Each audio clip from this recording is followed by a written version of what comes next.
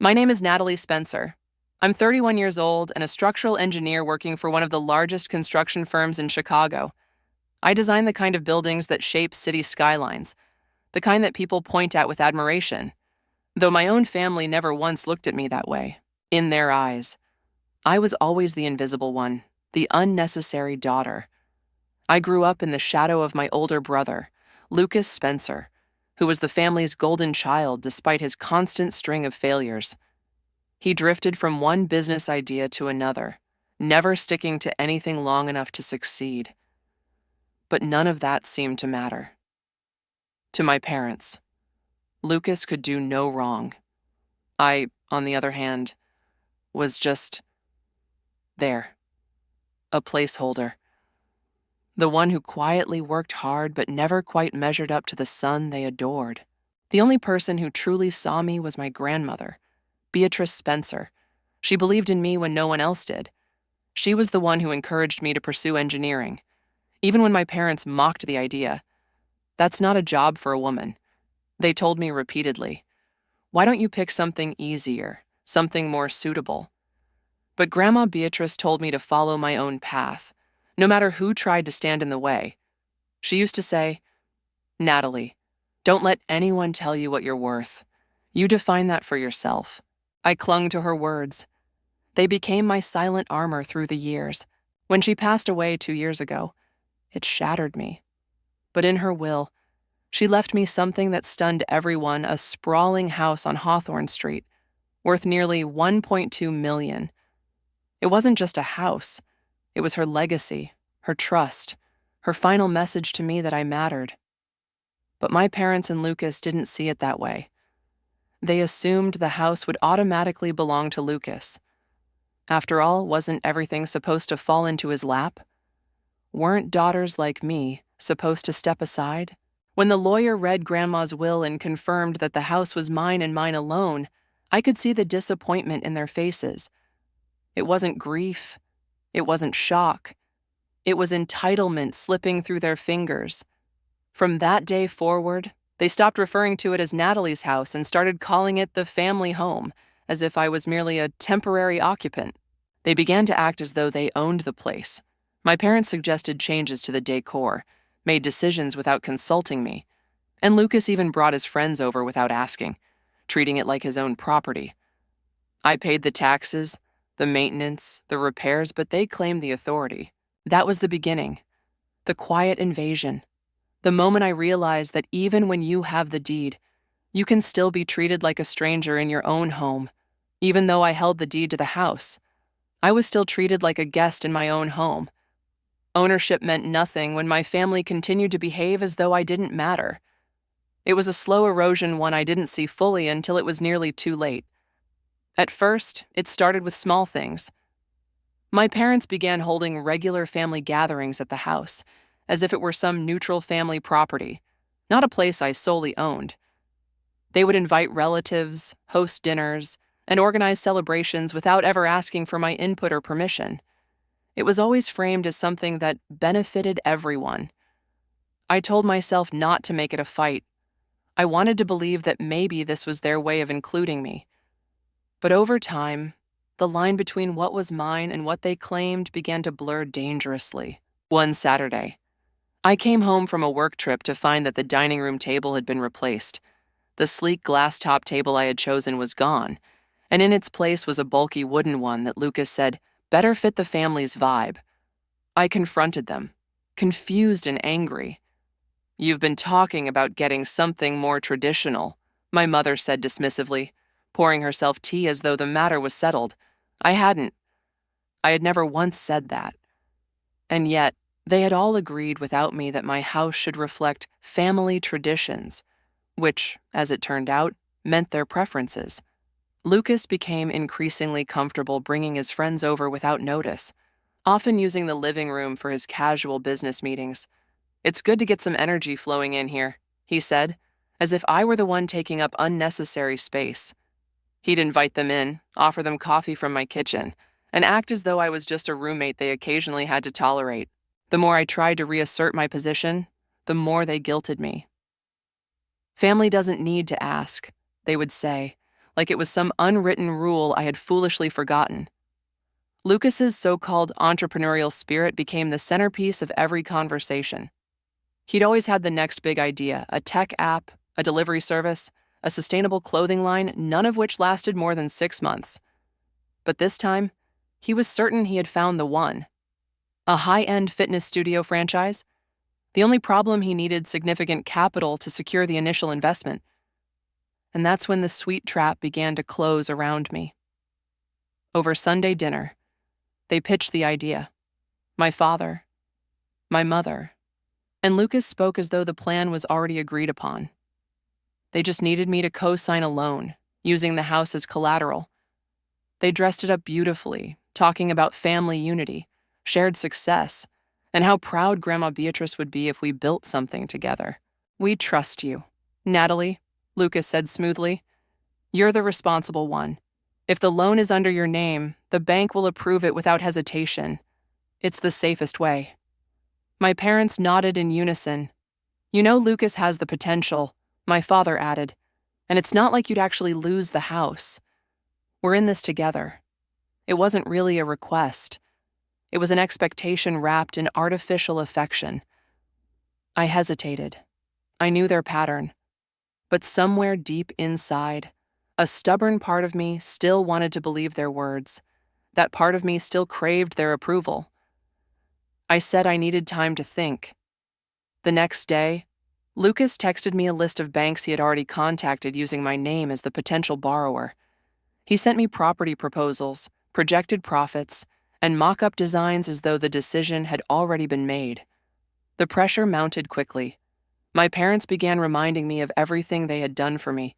They pointed to the years they had sacrificed to raise me, to support me, though their version of support had always come with a price. But then something unexpected happened. A week later, we had a family video call to discuss next steps for the franchise plan. It was late, and I was exhausted from back-to-back project deadlines. At one point, I excused myself briefly from the call, turning off my camera but forgetting to mute my audio. I walked away, assuming they would simply wait until I returned. But they didn't wait. I heard Lucas sigh heavily. She's always been so slow to get on board. She's lucky we even let her stay in that house. My mother replied, "That house should have gone to Lucas, not her. She's been nothing but a shadow in this family." My father's voice cut in, firm and cold. "Natalie's just extra, always has been." "Don't worry," Lucas said. "She'll cave. She always does. Just keep the pressure on." I stood there in the hallway, frozen, listening to the people who raised me, the people I was still trying so hard to please, dismiss me as if I were nothing more than a misstep in their plans. A shadow, an extra. Words meant to slice clean through bone. In that moment, something inside me cracked, and in its place, something else started to form something sharper, something no longer willing to beg for space at their table. Their words stayed with me, echoing louder than they probably ever intended. I replayed them in my mind long after the video call had ended, each repetition slicing away the last pieces of denial I'd been clinging to. In that moment, I knew something with absolute clarity: they didn't see me as family. They saw me as a tool, a key to unlock their ambitions. And I had to take that key back. The next morning, I called an attorney, someone I had worked with briefly on a zoning case years ago. Her name was Rachel Myers, a specialist in property and family law. When we met in her office 2 days later, I explained everything carefully, choosing each word with precision, stripping away emotion so I could focus on the facts. The house is in my name, with no co-owners, no liens, I told her. But my parents and brother have been living there like they own it. Rachel listened patiently, occasionally taking notes. When I finished, she folded her hands neatly on her desk. "Legally, you're on solid ground. They have no ownership rights, no tenancy protections if they've never contributed to expenses or been on the deed. And if I want to sell it," I asked. "You can," she confirmed, "but you'll need to manage the logistics carefully. Notify them properly. Secure your belongings. And I recommend doing this with absolute discretion. That was exactly what I wanted. I didn't want this to become a family war in public. I wanted a clean break, a silent escape from the cage I hadn't realized I'd built around myself. Rachel connected me with a trusted real estate contact, Aaron Blake, who specialized in discreet sales off-market transactions handled quietly, efficiently, and quickly. I met him under the pretense of exploring investment options. I never mentioned the family connection. I framed it as simply needing to liquidate a personal asset with urgency. Aaron nodded when I explained the parameters. No listings, no signs, no open houses. I have buyers who might be interested. It'll come at a slight discount for speed. But we can make this work. Perfect. While Aaron quietly began his outreach, I started setting the trap. I went back to Lucas and told him I had reconsidered. I think you're right, I said over coffee. Carefully neutral. Maybe co-signing the loan is the best way forward for all of us. His eyes lit up, greedy and unsuspecting. He immediately looped me into a flurry of emails, bank contacts, investment pitch decks, vendor quotes, all assuming I was fully on board. My parents began speaking openly, no longer filtering their words around me. They discussed projected profits, plans to remodel the house using future earnings, vacations they would take once the business took off. Every email, every document, every recorded call became another thread in the net I was weaving. I kept my responses vague, always requiring just a bit more time, or one more document to review. I had to keep them invested, keep them believing they were winning until the last possible moment. Meanwhile, I meticulously sorted through the house. I made detailed inventories: what was mine, what was theirs, what belonged to my grandmother. I packed my personal items slowly, carefully, labeling each box and storing them off-site. I arranged for a storage unit in their names for their belongings and prepaid 6 months to eliminate any claims of improper handling. At night, I played back the recorded calls, not out of self-pity, but as a reminder to stay sharp. Their voices, their arrogance, their certainty that I would fold it became fuel. 3 weeks after my first meeting with Rachel, Aaron called. I've got a buyer. He's serious. Private sale, no contingencies, can close in 4 weeks. Move forward, I told him. Full speed. The next day, Lucas emailed me to say he had started preliminary talks with a lender. He asked me to send over some financial documents to get the process moving. I told him I would. Instead, I finalized the paperwork for the sale of the house. The closing was scheduled swiftly. I made sure every legal requirement was handled. Notices were sent to my parents and Lucas, carefully worded and fully compliant with state laws. I arranged movers for their things, confirmed access to the storage facility, and changed all mailing addresses connected to the property. I was meticulous. There would be no loose ends. 2 days before the scheduled closing, Lucas called me, irritated. We need your signature this week or the financing falls through. That won't be necessary, I said, my voice steady, almost casual. You might want to check your mail. There's something waiting for you. It was the first time I heard him truly pause.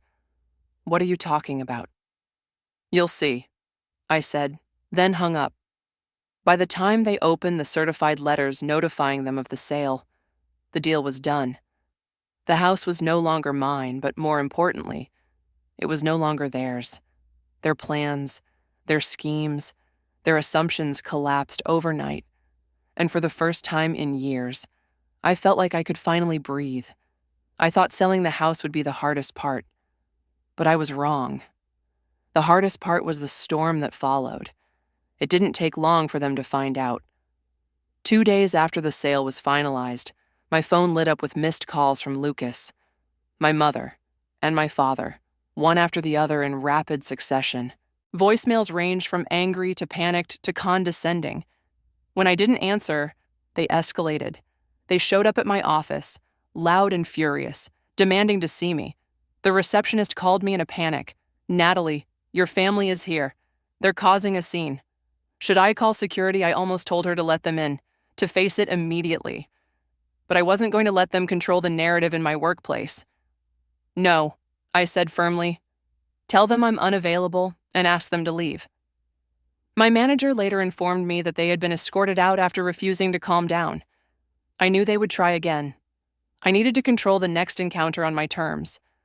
I sent Lucas a message that evening. Let's talk. Tomorrow, 10 a.m. at Lavina Cafe. I chose the location carefully, a refined cafe in the heart of the city. Always busy, always filled with people who wouldn't tolerate a public meltdown. I knew they wouldn't risk making a spectacle there. When I arrived the next morning, they were already seated at a corner table. My mother looked pale, her hair slightly disheveled. My father's jaw was clenched so tight I could see the muscle twitch. Lucas sat with his arms folded, his eyes cold, sharp. I approached them calmly and deliberately, took the seat across from them. I placed my phone face up on the table.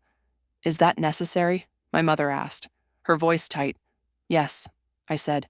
"I record all important conversations now." "We're family." "Natalie," my father snapped. "Exactly. That's why I've learned to protect myself." For a moment, none of them spoke. I could feel the weight of their anger pressing against me like a physical force, but I didn't flinch. "You had no right to sell that house," Lucas finally hissed. "It was the family home." "No," I corrected him. "It was my home. It was left to me by Grandma Beatrice, in my name, with no conditions." "You betrayed us," my mother said, tears already forming in her eyes. "We would have forgiven you if you'd just talked to us." "Forgiven me," I repeated, raising an eyebrow. "You think I need forgiveness for reclaiming what was mine?" "We raised you," my father barked, his fist slamming the table hard enough to rattle the silverware. "You wouldn't have anything without us." I pressed play on my phone. Their voices filled the space between us, crisp and undeniable. "She's been nothing but a shadow in this family. She'll cave. She always does. She's lucky we even let her stay in that house." I paused the recording and met their stunned expressions. "That's what you really think of me," I said quietly. "A shadow. An extra—" "You misunderstood," my mother rushed to say, her voice trembling. "We were just stressed. Don't—" I cut her off, my tone sharp. "Don't insult my intelligence. I didn't misunderstand. I heard exactly what you meant." Lucas leaned forward, trying to regain control. "Okay, maybe we said things we shouldn't have, but that doesn't change the fact that you had no right to sell the house without telling us." "I had every right," I said firmly. "Legally, morally, and personally. I consulted with my attorney every step of the way. You had no claim to the property, and you knew that. You counted on me folding like I always did. But this time, I didn't." My father's face reddened. "You'll regret this. We'll find a way to reverse the sale." "Good luck with that," I said calmly. "The paperwork is final. The house is gone, and here's where we stand moving forward." I looked at each of them, steady and unshaken. "I will not support you financially. I will not share my address, my phone number, or any part of my life with you unless I choose to. If you come to my office again or harass me in any way, I will pursue legal action. Those are the boundaries. They are non-negotiable." "You're cutting us off," my mother whispered, her tears now freely falling. "No," I said. "You cut me off a long time ago when you decided I was a pawn you could move around as you pleased." Lucas slammed his chair back, the scrape loud against the floor. "You think you're better than us now?" I let the silence stretch. "No, I think I'm finally free of you." I stood, collected my phone, and placed a small envelope on the table. "Inside is the storage unit address and access information. Your belongings are there. I've prepaid for 6 months." My mother's shoulders shook with silent sobs. My father glared at me, his fists clenched, but he said nothing. As I turned to leave, I paused and glanced back at them. 3 people who had spent years making me feel small. "I hope you find what you're looking for," I said, "but you won't find it in me anymore." I walked away, each step feeling lighter, each breath easier. For the first time, I wasn't the shadow at the edge of the family portrait. I had stepped fully into the light, on my own terms. Walking out of that cafe felt like closing the final door. I didn't look back, not even once. I had spent too many years craving their approval, carrying the unbearable weight of their expectations. But now, I had chosen myself. Within 2 weeks, I relocated to a quiet coastal city. I wanted distance not just geographical, but emotional. I bought a modest apartment overlooking the harbor, the kind of place I never would have dared to choose before. It wasn't grand, but it was entirely mine.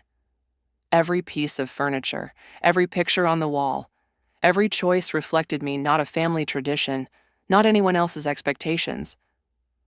For the first time, I was building something that belonged to me alone.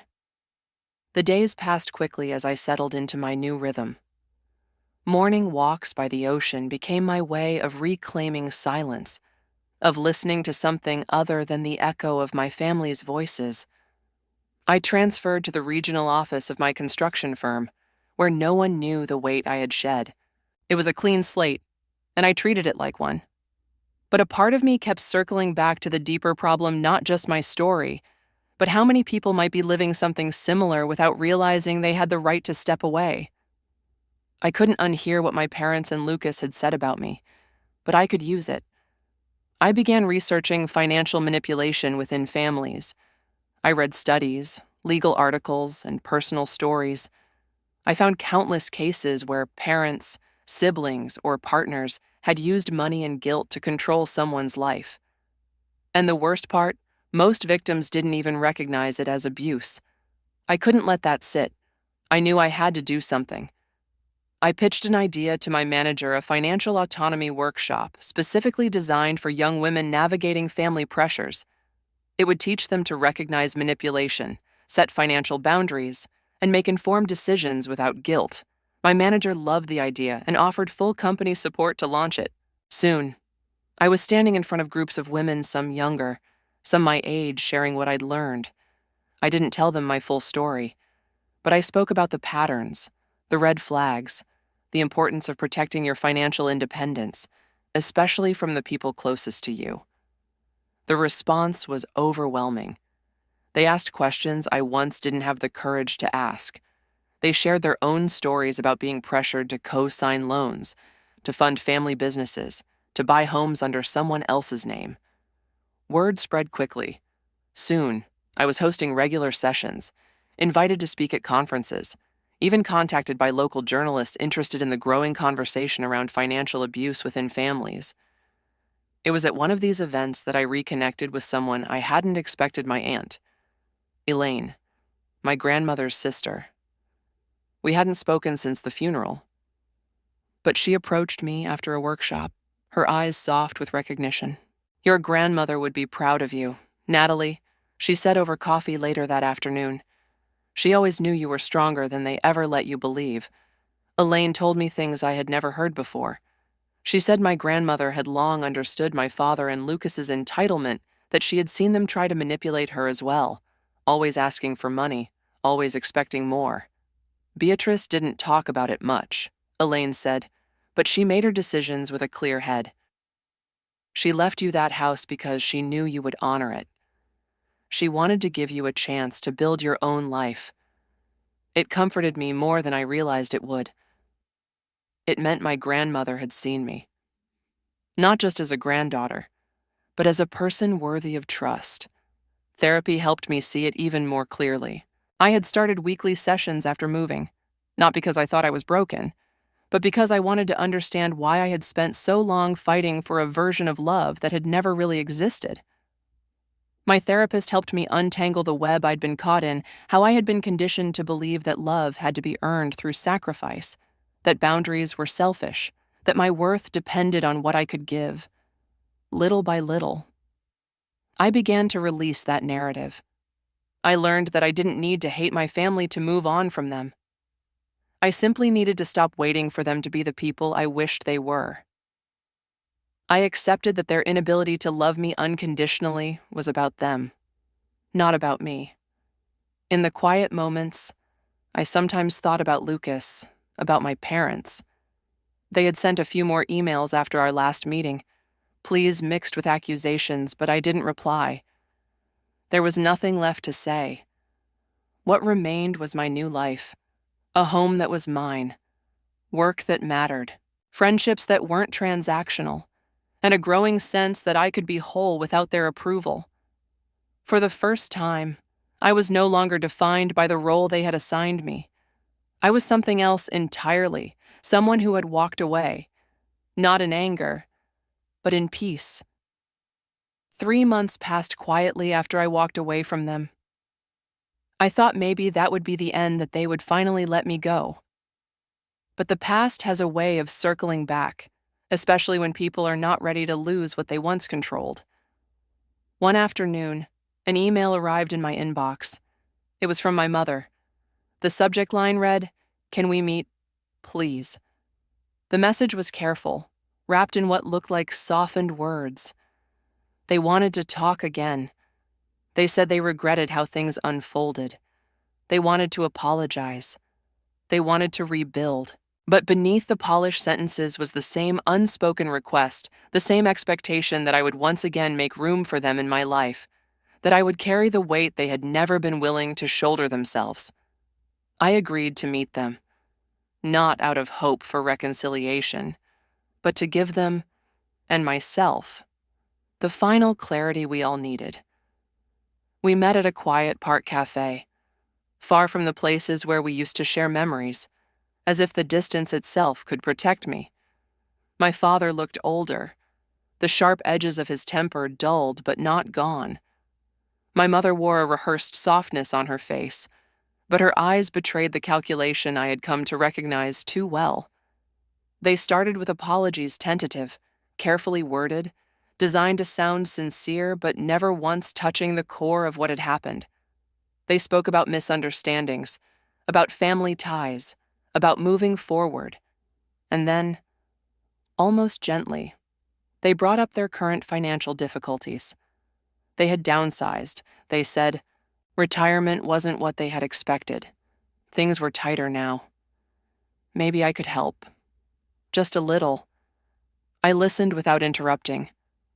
I let them finish. When the silence finally came, I spoke not with anger, not with the tremble of old wounds, but with the calm that comes from no longer needing to convince anyone of who you are. I understand that life has become harder for you, I said, my voice steady.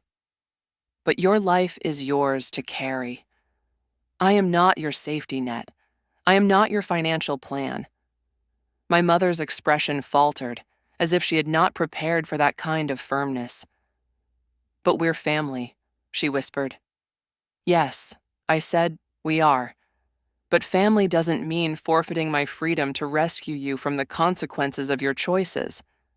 Their faces shifted, the charm cracking just enough to reveal their disappointment. They had expected the same Natalie from before, the one who always came back, the one who always found a way to say yes. I didn't hate them. Not anymore. I simply saw them now for what they were, people trapped in their own patterns, searching for something they thought they deserved. I hope you find your peace, I told them gently, but firmly. But I won't be the one to give it to you. I left them there in that cafe, their coffee cooling between them, their questions unanswered. I didn't look back. The life I had built since walking away had grown roots. I had surrounded myself with people who cared without condition, friends who didn't need me to earn my place, colleagues who respected my voice, not because I could offer them something, but because I was simply enough. Over time, I realized I had stopped checking my old inbox. I no longer waited for messages that used to tighten my chest. The absence of their presence wasn't empty. It was peaceful. One evening, as the golden light slipped through the windows of my apartment, I sat at my desk and wrote a letter to my grandmother. I knew she would never read it, but some part of me needed to put the words down. Thank you for seeing me when no one else did. Thank you for giving me the chance to choose myself. I understand now that the heaviest burden I carried wasn't them. It was the need to be seen by people who never knew how to look. I've put that burden down. When I folded the letter and tucked it into a book she had once given me, something inside me settled. The chapter had closed, not with dramatic gestures, but with quiet certainty. I stood up, walked to the balcony, and closed the sliding glass door behind me, a small sound, final, firm. I didn't need their acceptance anymore. I didn't need their validation, because real value never needs permission to exist, and dignity, once reclaimed, cannot be taken away.